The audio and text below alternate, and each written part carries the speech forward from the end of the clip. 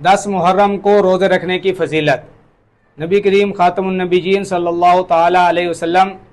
10 محرم کو روزہ رکھا کرتے تھے، تو پھر نبی کریم خاتم النبیین صلی اللہ تعالی علیہ وسلم نے فرمایا کہ 10 محرم کو جو غیر مذہب لوگ ہیں وہ بھی تو روزہ رکھتے ہیں، تو آپ صلی اللہ علیہ وسلم نے فرمایا کہ اگلے سال یا میں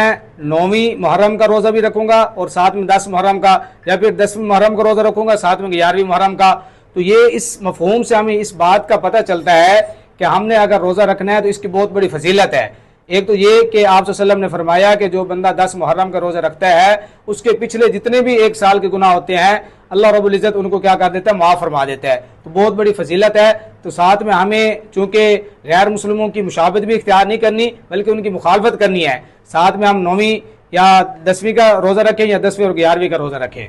life of Islam YouTube channel کو سبسکرائب کریں اور بیل آئیکن